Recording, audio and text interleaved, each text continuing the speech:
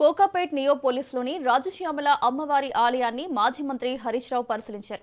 ఈ స్థలాన్ని బలవంతంగా ఖాళీ చేయించేందుకు రేవంత్ సర్కార్ ప్రయత్నిస్తోందన్నారు మాజీ మంత్రి హరీష్ రావు. మఠాన్ని కూల్చడమంటే మనోభావాలు దెబ్బతీయడమన్నారు. గత బీఆర్ఎస్ ప్రభుత్వంలో ఆలయ నిర్మాణానికి 2 ఎకరాల స్థలం కేటాయిస్తే ఆ స్థలాన్ని లాక్కునేందుకు కాంగ్రెస్ ప్రభుత్వం కుట్ర చేస్తోందన్నారు. పీఠం నిర్వాహకులను భయాందోళనలకు గురి చేయడంపై హరీష్ రావు తీవ్ర ఆగ్రహం వ్యక్తం చేశారు. దేవాలయాలపై కాంగ్రెస్ ప్రభుత్వ కక్ష సాధింపు చర్యలు దారుణమని ఫైర్ అయ్యారు.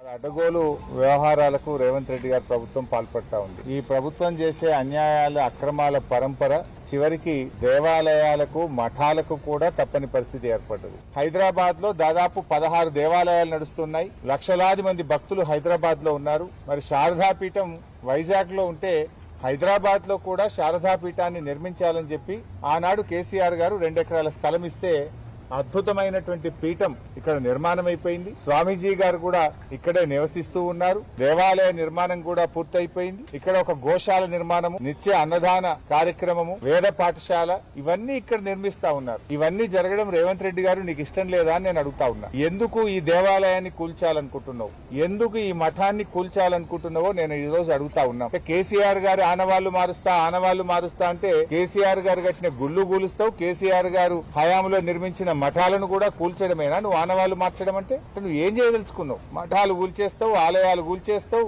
ఇక ఇవి కూల్చడమేనా నీ పాలన? నిన్న ఖమ్మంలో పేదల ఇల్లు కూల్చావు. హైడ్రా పేరిట హైదరాబాద్ లో ప్రజల బతుకులు కూల్చావు. ఏ కూల్చడం తప్ప నీ జీవితంలో ఇంకేం రాదా? పేదల ఇల్లు కూల్చడము, మఠాలు కూల్చడము, దేవాలయాలు కూల్చడమే తప్ప నీ పాలనలో నిర్మాణం లేదా అని నేను అడుగుతా ఉన్నా. ఎందుకు ఇలా శారదాపీఠం వెంటబడ్డావు? ఇంకెక్కడ స్థలం